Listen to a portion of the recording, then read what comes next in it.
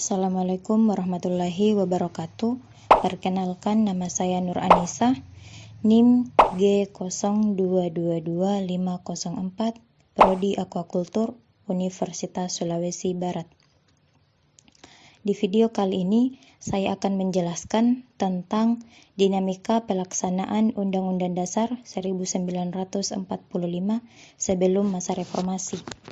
Langsung saja kita masuk ke pengertian dinamika pelaksanaan Undang-Undang Dasar 1945, yaitu dinamika dapat diartikan keseluruhan perubahan dari seluruh komponen masyarakat dari waktu ke waktu berupa perubahan-perubahan nilai-nilai sosial, norma-norma yang berlaku di masyarakat, pola-pola perilaku individu dan organisasi, susunan lembaga kemasyarakatan, lapisan-lapisan maupun kelas-kelas dalam masyarakat, kekuasaan dan wewenang. Undang-Undang Dasar disebutkan bersifat singkat dan super karena hanya memuat 37 pasal, adapun pasal-pasal yang lain hanya memuat aturan peralihan dan aturan tambahan. Hal ini bermakna yaitu bagian A, Undang-Undang Dasar 1945 hanya memuat aturan pokok, memuat GBHN, instruksi Kepala Pemerintahan Pusat dan lain-lain untuk menyelenggarakan negara. Bagian B, sifatnya yang super atau elastis, maksudnya senantiasa harus ingat bahwa masyarakat harus berkembang seiring dengan perubahan zaman.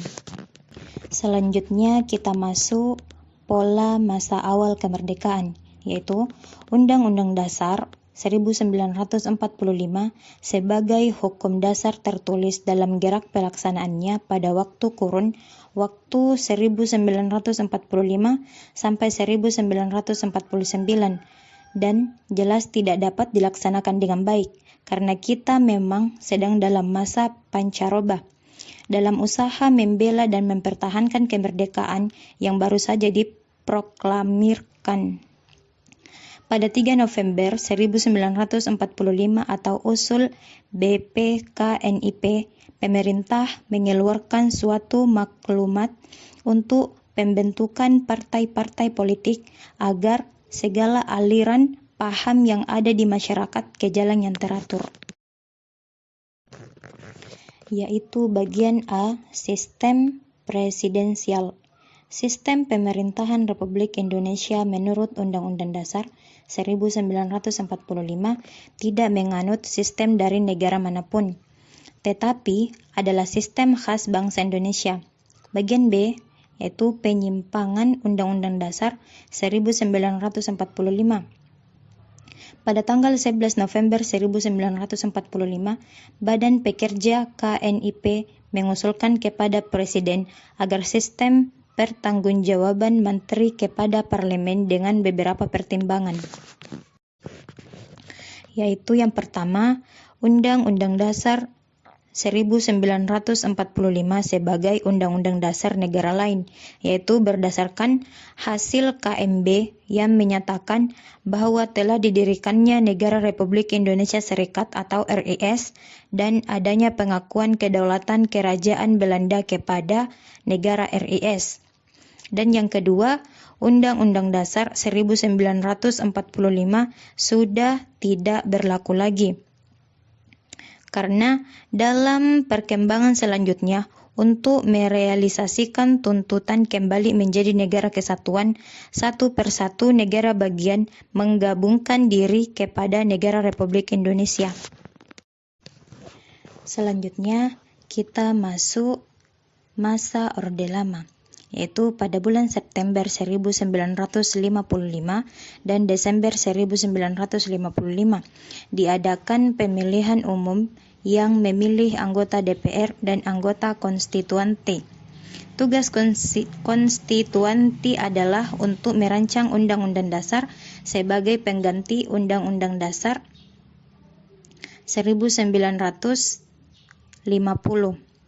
Presiden dalam pidatonya pada tanggal 22 April 1959 di depan sidang konstituante yang menyarankan, marilah kembali kepada Undang-Undang Dasar 1945. Dan kita masuk pada materi terakhir, yaitu masa Orde Baru, yaitu gerakan G30 SPKI yang didalangi oleh PKI telah menimbulkan banyak korban jiwa serta banyak juga terjadi pelanggaran hukum dan undang-undang dasar yang berlaku. Dan juga gerakan tersebut jelas memiliki tujuan untuk mengganti dasar falsafah negara, yaitu Pancasila, dengan dasar falsafah yang lain.